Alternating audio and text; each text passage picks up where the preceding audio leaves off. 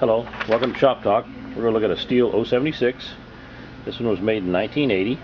It's 111 cc's, 6.77 cubic inch, 7 horsepower, capable of running up to a 50-inch bar.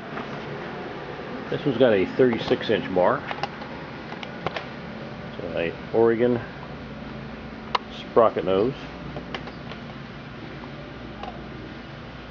And I just want to show you a few things on this one.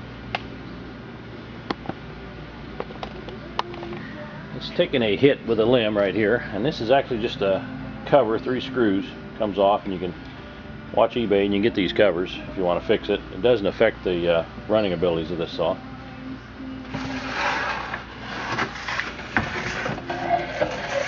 It's got the wrap handlebar. And you can tell the air cleaner recover sets up higher on these. That's the 76 model.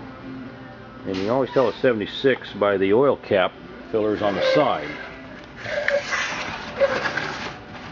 Right there. Your 075s, the cap is up here. But your 76 models, it's right here. And it does run good.